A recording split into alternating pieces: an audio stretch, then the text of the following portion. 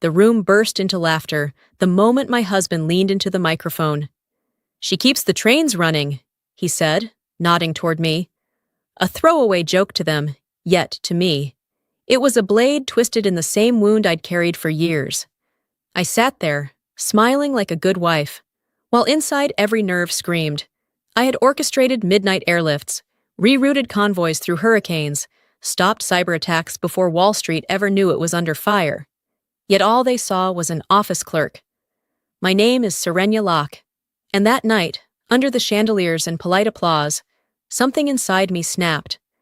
The silence I'd chosen for years was about to end. Crystal light spills off the SR-71 Blackbird hanging above the room, while a brass medley smooths over small talk. I keep to the wall in a navy trench, fingers tight around a small leather notebook, the one that holds more truth than any toast tonight. The MC calls Adrian Cole to the stage to honor his logistics contribution. Chairs scrape, cameras rise. Across our table, Walt leans back in his marine cut suit and says to the man beside him, loud enough to cross the linen and land, "Office clerk in a uniform." The words don't surprise me. They never do. They just find the same old scar and press. I watch the bourbon swirl in his glass instead of his eyes. Sunday dinners in Tacoma slide through my head in fast cuts, plates passed over me, stories that stop when I enter, a laugh that says, "Sit down and be quiet." I swallow it the way I always have. Straight, no chase. My phone buzzes once against my palm. Encrypted text from SOC. JBLM. Ransomware payload staging. ETA 6EH. Advise. The air tightens. Music and applause fade to a hum as muscle memory takes over. Assess, isolate, act. A second buzz. From Harper. Board approved. Brigadier General select. If tonight stays clean, it can go public. I breathe in, slow and even. The trench suddenly feels heavier, like a shell I've outgrown. I straighten from the wall and lift my head toward Walt. He's still talking, still certain of his place in this room and mine in the shadows. I let the silence stretch just long enough to choose. Tonight won't end the way he thinks. At 3 a.m., in a storm that rattled the roof, I sat in the SOC with a headset digging into my temples and a flight plan on hold. Air traffic control wouldn't clear the corridor. The hurricane bands were closing. I argued altitude, fuel, and minutes like they were lives, because they were. When the screen finally flashed green, I wrote it down the way I always do. Flight rerouted, 245 patients alive. Another night, another wall of blue data. One vendor invoice blinked a hair off, milliseconds out of rhythm. Nobody else smelled it. I did. Days later, 6 agencies were shoulder to shoulder, and a West Coast banking collapse died before it could take its first breath. On Sundays in Tacoma, none of that existed. Ruth slid ribs onto my plate and smiled. "You must be tired from office work." Walt cut in without looking up. "Sitting at a computer isn't soldiering." I swallowed mashed potatoes and said the only safe thing, doing fine. The missions I couldn't name pressed against my ribs and stayed there. Between meetings, I reopened an old vendor report. A timestamp didn't line up with the actual airlift manifests, off just enough to matter. I marked the page in red. Potential staging ground? The room had no windows, but I could feel a draft, like something had left the door cracked and dared me to push it open. Last year's gala still lives in the soft part of my jaw. Adrian grinned into the mic. "My wife keeps the trains running." The room laughed like it was harmless. I gave them half a smile and carried the rest home, where it echoed for months in the quiet places. I started writing what didn't fit anywhere else. 2300 HRs. Eau de parfum, not mine. Invoice mismatch. Denver versus Chicago. Crisp lines. No adjectives. Just the truth. Filed like a classified brief. I didn't confront. I collected. In operations, you don't kick in a door without a floor plan. When the vendor emails finally mapped, a name surfaced where it shouldn't have. His. Tucked into headers. CCs. Calendar crumbs. The notebook shifted in my hands, heavier than gossip, lighter than fear. It wasn't a ledger of a marriage anymore. It was a route overlay, arrows, timing marks, and a red X forming on the page. The SOC glowed in low light, rows of monitors washing the room in electric blue. Warning lights pulsed red across the dashboard, logs scrolling faster than most eyes could follow. I leaned in, chasing one anomaly to the next, until the trail circled back to a vendor invoice I had already flagged. Its timestamp was off by just enough to matter, and when I ran it against server traffic, the line curved straight toward a test rig sitting in Denver. Cross-checks confirmed what instinct had already whispered. Buried in the packet was ransomware. Dormant but primed, like a landmine under glass. Every thread I pulled tightened the knot, and all of them pointed back to the same vendor, the one Adrian's contracts kept circling. My chest tightened, not with surprise, but with the sick symmetry of it. The quiet notes I had written about hotel bills, perfume, and misplaced hours now bled into the same page as malware and system exploits. My private betrayal and a public threat had folded into one. Scrolling through the vendor's internal chatter, a line stopped me cold. Trains on time. It was his phrase, Adrian's, the one he had used to reduce me to a punchline at last year's gala. Seeing it here was like watching his voice caught on tape in a crime scene. Hours later, Ruth called, breezy as always, bragging about the luxury trip Adrian had treated her to. She mentioned it came from the company's dime. I froze, pen already in hand, and wrote, "Conflict of interest, misuse." I opened the notebook wider, drew 2 columns, Adrian, vendor, anomalies, line after line matched up in cruel symmetry. The page stared back at me with one question I could no longer ignore. Was he only betraying me, or was he betraying the system itself? The next morning, I walked into a windowless conference room at JBLM. Notebook under my arm. Major General Harper waited, silver hair sharp under the fluorescence, eyes cutting like searchlights. I laid out the report, the vendor, the timestamps, the email trail that bent too close to Adrian's orbit. Harper listened, hands folded, then leaned forward. "If you want them to pin that star where they never thought you'd stand, make damn sure there isn't a live threat crawling under the floorboards. No surprises left running." Then he slid a file across the table. My name was printed bold at the top. "You didn't apply," he said, "but your work has been noticed. 8 months ago, I submitted this. The hurricane flights. The bank breach. You've been on the board's desk ever since." The air shifted. I hadn't asked, hadn't even dreamed of it. And yet, here it was. The proof that the invisible work had carried weight after all. My pulse hammered against my collar, as if my body knew before my mind could process. Later that day, a call from a statehouse aide cut through the haze. He laughed when my name came up, an office clerk climbing too high. It landed the same way Walt's voice had, only sharper, reminding me the dismissals stretched far beyond a single-family table. Back in the room, Harper caught my expression and let a smile crease the corner of his mouth. "Let them underestimate you," he said softly. "It'll make the reveal sweeter." When he left, I stayed. Alone with the notebook and my reflection in the polished wall, I studied the uniform on my shoulders. The mirror showed both versions of me, the wife who had been sidelined and the officer standing at the edge of a fault line. For the first time, I let myself believe those two could fracture into something new. The chandeliers above painted a golden shimmer across the white linen tables, champagne glasses catching every flicker of light. I sat among the guests, smile fixed in place, while in my right ear the hidden earpiece whispered chaos. The young cadet I had once mentored sounded far too steady for someone her age. Payload ransomware scheduled for 600 Monday. If it isn't removed, the entire regional banking grid will lock down. I lifted my glass, clinked it politely, with a kernel across the table, and let out a laugh that matched his. On the surface, I was another guest enjoying jazz and wine. Inside, I was counting seconds, watching a different kind of clock tick down. It was like living in split screen, velvet music and champagne flutes on one side, a digital storm tearing through circuits on the other. Then the cadet's next report tightened the knot.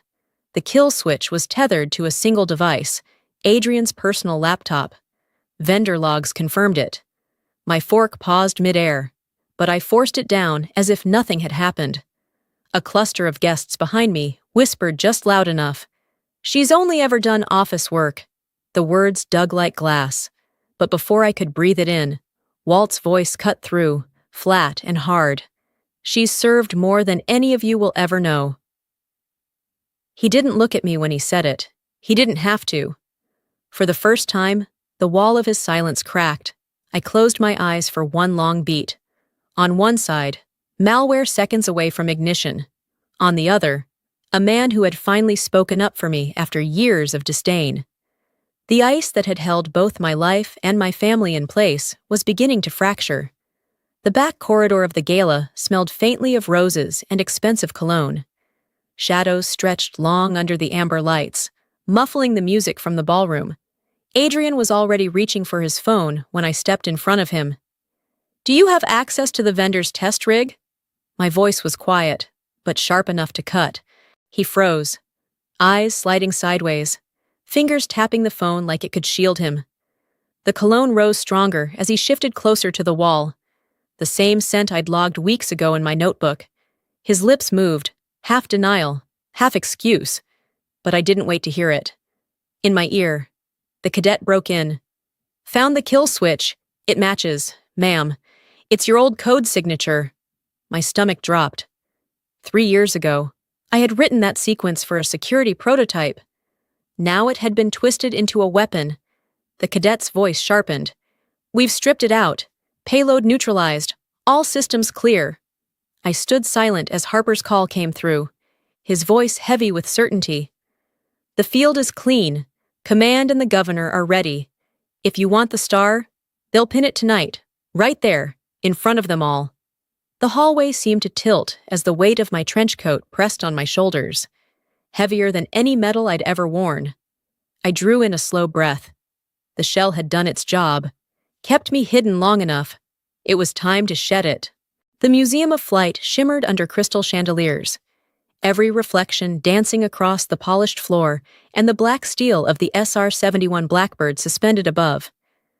The gala had reached its comfortable lull, the audience settling back with the satisfaction of a program finished.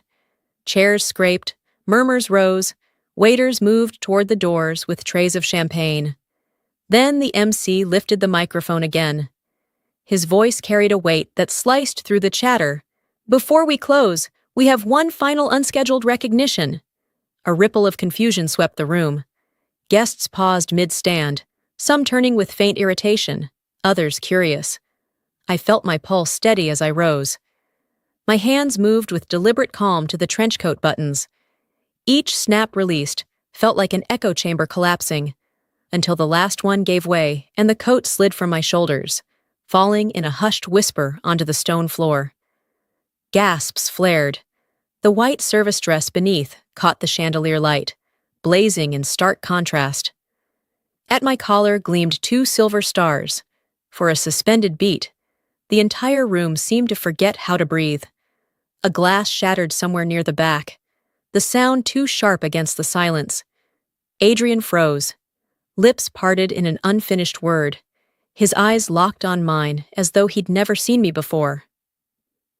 Walt's knuckles whitened around the arm of his chair, his usual smirk erased, leaving him emptied of certainty. Even Ruth's hands fluttered to her mouth, as if she could hold in disbelief. I began to walk. Each step echoed with the click of my heels against marble, precise, unhurried, deliberate. The trench behind me lay discarded, the shell I no longer needed. The MC's voice followed, resonant and clear. "Brigadier General Serenya Locke." General Harper stood waiting at the podium. When I reached him, he took my hand firmly, then pinned the stars with the kind of grip that said both acknowledgement and solidarity. The weight settled on my collar, cool against my skin, heavier in meaning than in mass. Applause rose hesitantly at first, scattered claps breaking the silence, until it gathered momentum. Row by row, the audience stood, their ovation swelling into a thunder that filled the hall. My chest rose, but I did not smile. I let the sound wash over me, not as validation, but as a marker that the years of silence had ended. When I spoke, my voice cut through the applause without strain. Strategy is not soft. Logistics is not background. Behind every medal, there are names you'll never know, people who built the bridge in the dark so others could cross into the light. You don't need a rifle to serve. Sometimes all you need is a spine of steel. The room held its breath in the space that followed, then broke again into applause, louder than before, as though the truth of it had reached them deeper than the ceremony alone. I let the sound carry on without rushing to fill it. When I finally turned my gaze outward, I locked eyes with them, Adrian still pale and silent, Ruth trembling with emotion, and Walt, rigid but unable to look away. For the first time, it was not me shrinking under their judgment. It was them forced to see me as I had always been, and I stood there, stars blazing at my collar, letting them reckon with the reality they could no longer deny. The air in the side room still carried the tang of champagne and perfume, though the party outside had already swallowed the evidence.